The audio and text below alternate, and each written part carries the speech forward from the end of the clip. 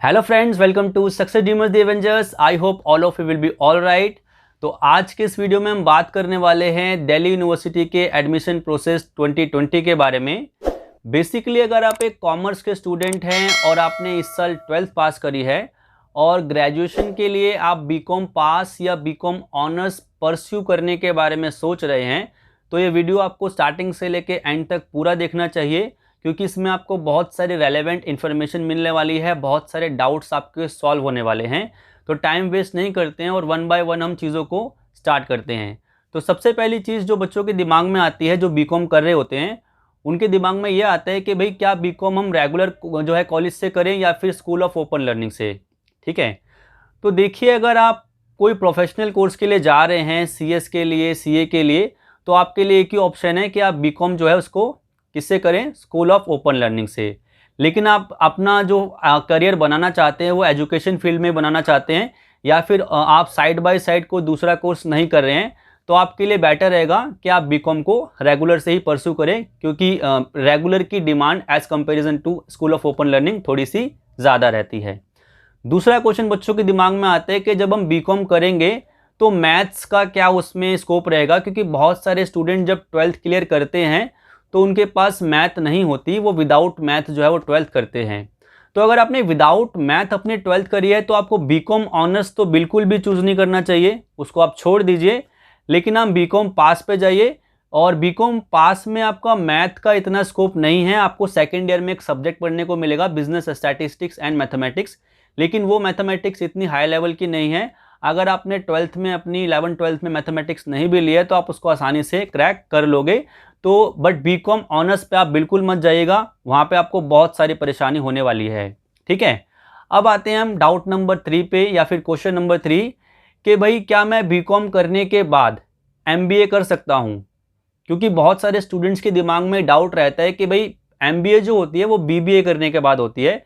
लेकिन यहाँ मैं आपको क्लियर कर देना चाहता हूँ कि अगर आपने बीकॉम भी करी है तो कोई प्रॉब्लम वाली बात नहीं है। आप बीकॉम करने के बाद भी एमबीए कर सकते हो, जैसे आप बीबीए करने के बाद भी एमबीए कर सकते हो, तो कोई प्रॉब्लम वाली बिल्कुल भी बात नहीं है। अब आते हैं हम डाउट नंबर 4 पे, जो कि कुछ बच्चों के लिए आता है जो कि गवर्नमेंट जॉब की प्रिपरेशन करना चाहते हैं। तो वो मेरे से पूछते हैं कि भाई हम फ्यूचर में सिविल की तैयारी करना चाहते हैं, यूपीएससी की तैयारी करना चाहते हैं, तो हम क्या करें, हम बीकॉम करें या ना करें। तो भाई अगर आप यूपीएससी की तैयारी करना चाहते हो या एसएससी की तैयारी करना चाहते हो तो आप बीकॉम कीजिए, बिल्कुल कीजिए। क्योंकि अगर आप कॉमर्स बैकग्राउंड के बाद अगर आर्ट्स का कोई जो है कोर्स ले लेते हैं, बीए, तो आपके लिए डिफ़िकल्टी होगा, आसान नहीं होने वाला। ठीक है, और अगर आप बैंकिंग में जाना चाहते हो तो कोई प्रॉब्लम ही नहीं है। तो अगर आप बैंकिंग में जाना चाहते हो या सिविल में जाना चाहते हो या एसएससी वगैरह की तैयारी करना चाहते हो और आप कॉमर्स बैकग्राउंड से हो, तो कोई प्रॉब्लम वाली बात नहीं है। आपको बीए चूज़ करने की ज़रूरत नहीं है, history honours, pol science honours choose करने की ज़रूरत नहीं है। आप नॉर्मल अपना स्ट्रीम को आगे बढ़ाइए, आप बीकॉम पे ही स्टिक रहिए, आपको जो है डिफ़िकल्टी नहीं आने वाली। अब हम चलते हैं 5वें क्वेश्चन की तरफ। 5वां क्वेश्चन है एक छोटा सा क्वेश्चन बट इंपॉर्टेंट क्वेश्चन, जो बहुत सारे लोग मेरे से पूछते हैं कि क्या भाई आर्ट्स बैकग्राउंड के बच्चे या साइंस बैकग्राउंड के बच्चे बीकॉम कर सकते हैं।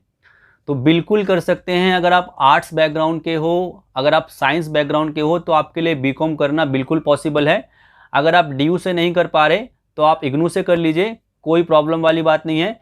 लेकिन एक चीज़ आपको ध्यान में रखनी पड़ेगी, क्योंकि 11th-12th में आपका बैकग्राउंड कॉमर्स का नहीं था, तो जब आप अपने बैकग्राउंड को चेंज करके, अपने स्ट्रीम को चेंज करके बीकॉम में आते हो, तो आपको बहुत सारी प्रॉब्लम्स फेस करनी पड़ सकती है। तो आप बहुत ध्यान से इस डिसीजन को लीजिए कि भाई मैं अगर आर्ट्स का हूँ तो मेरे को फ्यूचर में बीकॉम करनी है, मैं साइंस का हूँ मेरे को फ्यूचर में बीकॉम करनी है या नहीं करनी है। बहुत ध्यान से इसको आप सोच लीजिएगा। अब आते हैं हम क्वेश्चन नंबर 6। क्वेश्चन नंबर 6 भी बहुत अच्छा क्वेश्चन है और फ्यूचर ओरिएंटेड क्वेश्चन है कि भाई हम अगर बीकॉम कर लेते हैं तो हमारे लिए फ्यूचर स्कोप क्या रहेगा, जॉब वगैरह कैसी रहेगी, हमारा करियर एनहांसमेंट कैसा रहेगा।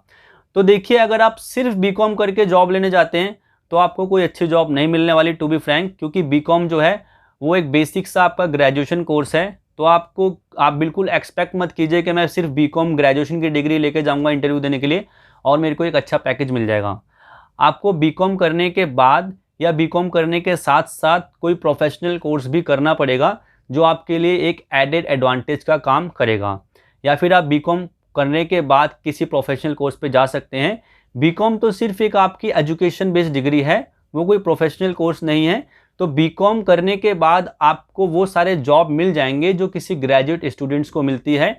लेकिन अगर आप किसी हाई पे स्केल पे काम करना चाहते हैं तो ये ज़रूरी है कि बीकॉम करने के बाद, या मैं आपको सजेस्ट करूंगा कि बीकॉम करने के साथ साथ आप किसी प्रोफेशनल कोर्स को भी करें, ताकि जब आपकी ग्रेजुएशन कंप्लीट हो जाए तो उसके बाद आपको ज़्यादा टाइम ना लगे अपने करियर को बूस्ट करने के लिए।